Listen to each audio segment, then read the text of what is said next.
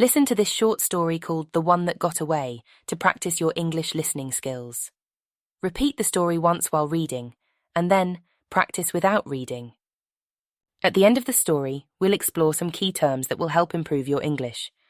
Ready? Let's start the story. Emma had always believed in love stories, the kind that end with happily ever afters, just like in the movies. But as she sat in her favorite cafe, sipping a cup of tea and watching the rain drizzle outside, she couldn't help but think about the one that got away. It had been 2 years since she last saw Liam. They had met during their final year at university, both studying English literature. They quickly became friends, bonding over their shared love of books and late-night conversations about life and dreams. Their friendship blossomed into something more, and before long they were inseparable. Emma and Liam spent their days exploring the city, finding hidden bookstores, and trying out new coffee shops. They talked about everything: future careers, traveling the world, and the possibility of moving in together after graduation.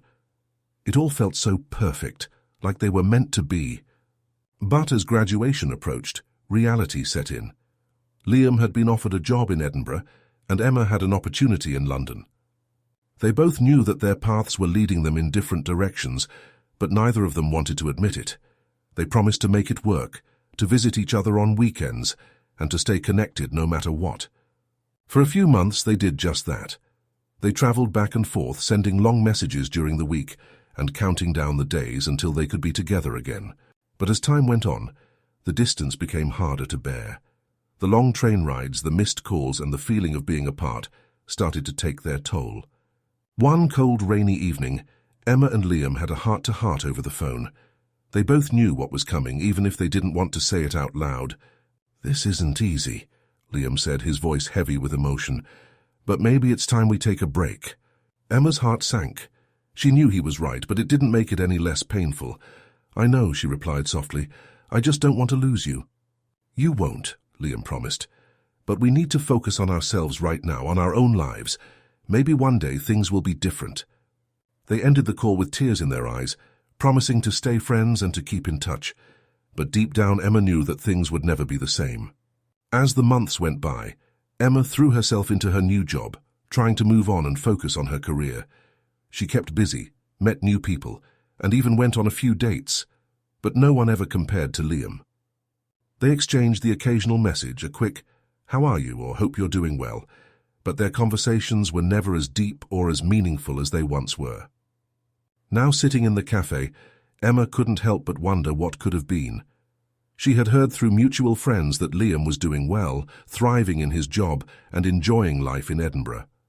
She was happy for him, truly, but a part of her still longed for the connection they once had. As she stared out at the rain, lost in her thoughts, the door of the cafe opened, and a familiar figure walked in. Emma's heart skipped a beat as she recognized Liam, looking just as she remembered, tall, with his tousled brown hair and warm smile. He hadn't seen her yet, and she quickly looked down at her cup, unsure of what to do. But it was too late. Liam's eyes landed on her, and his face lit up with surprise.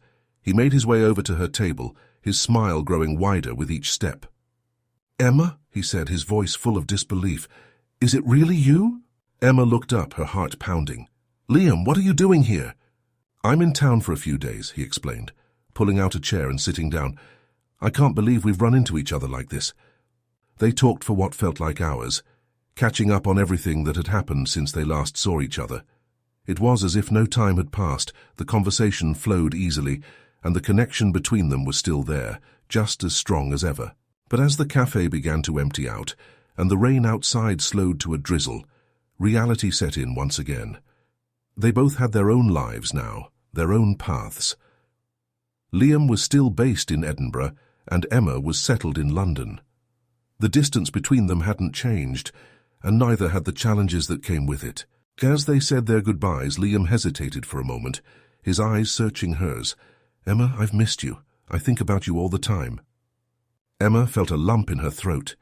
She had missed him too, more than she could ever put into words, but she also knew that things weren't as simple as they used to be. "I've missed you too," she admitted, her voice barely above a whisper. "But I don't know if we can go back to what we had." Liam nodded, understanding. "Maybe not, but maybe we can start something new." Emma smiled softly, her heart aching with both hope and fear. Maybe let's take it one step at a time. They exchanged numbers, promising to stay in touch and see where things might lead.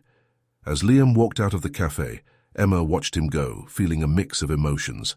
The past was behind them, but maybe, just maybe, there was a chance for a new beginning. And as she finished her tea and prepared to leave, Emma felt a sense of peace. Life didn't always go according to plan, but sometimes the unexpected moments, like running into an old love on a rainy afternoon, were the ones that held the most promise. In that story, we explored several key phrases and words that help convey the emotions and experiences of the characters. Let's break down 7 of them to understand their meanings and see how they can be used in different contexts. The first phrase is the one that got away. In the story, Emma thinks about the one that got away, referring to Liam, who she still has feelings for.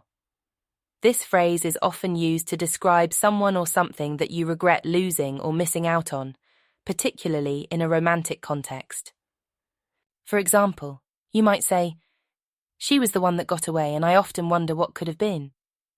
Or, "That job was the one that got away and I wish I had taken the opportunity." The second phrase is heart to heart. Emma and Liam have a heart-to-heart over the phone, which means they had an honest, open, and emotional conversation. A heart-to-heart usually involves discussing feelings or difficult topics in a sincere way. For example, you might say, "We had a heart-to-heart about our future together." Or, after the argument, they needed a heart-to-heart to resolve their issues. The third word is inseparable. In the story, Emma and Liam were inseparable during their time at university, meaning they spent almost all their time together and were very close. Inseparable describes a strong bond between people who do not want to be apart. For example, the twins were inseparable growing up, always doing everything together. Or, since meeting at work, they've been inseparable friends. The fourth phrase is reality set in. As graduation approached, reality set in for Emma and Liam, meaning they began to recognize the practical challenges they faced. This phrase is often used when someone starts to understand the true situation after being hopeful or idealistic. For example, after the excitement of moving wore off, reality set in about the challenges of living in a new city. Or, once the project started, reality set in about how difficult it would be to complete. The fifth phrase is threw herself into. Emma threw herself into her new job, meaning she dedicated herself fully to it as a way to cope with her emotions. This phrase is used when someone focuses intensely on an activity to distract themselves or to move forward. For example, after the breakup, he threw himself into his work to keep his mind off things. Or, she threw herself into volunteering as a way to give back to the community. The sixth phrase is a lump in her throat. When Emma and Liam say goodbye, Emma feels a lump in her throat, which means she feels emotional and is close to crying. This expression is often used to describe the physical sensation of holding back tears. For example, as she gave her farewell speech, she felt a lump in her throat. Or, he had a lump in his throat when he watched the emotional movie. The seventh phrase is one step at a time. At the end of the story, Emma suggests taking things one step at a time, meaning to proceed slowly and carefully without rushing into decisions. This phrase is often used when dealing with complex situations or challenges. For example, starting a new business is overwhelming, so let's take it one step at a time. Or, recovering from the injury will take time, so I'm taking it one step at a time. By understanding these key phrases and words, you can better grasp the emotions and decisions the characters made in the story. These expressions are commonly used in English and can help you express similar feelings and situations in your own conversations. Thank you for listening. Be sure to repeat this story several times to practice and watch our other lessons and stories on the channel. Thank you for listening.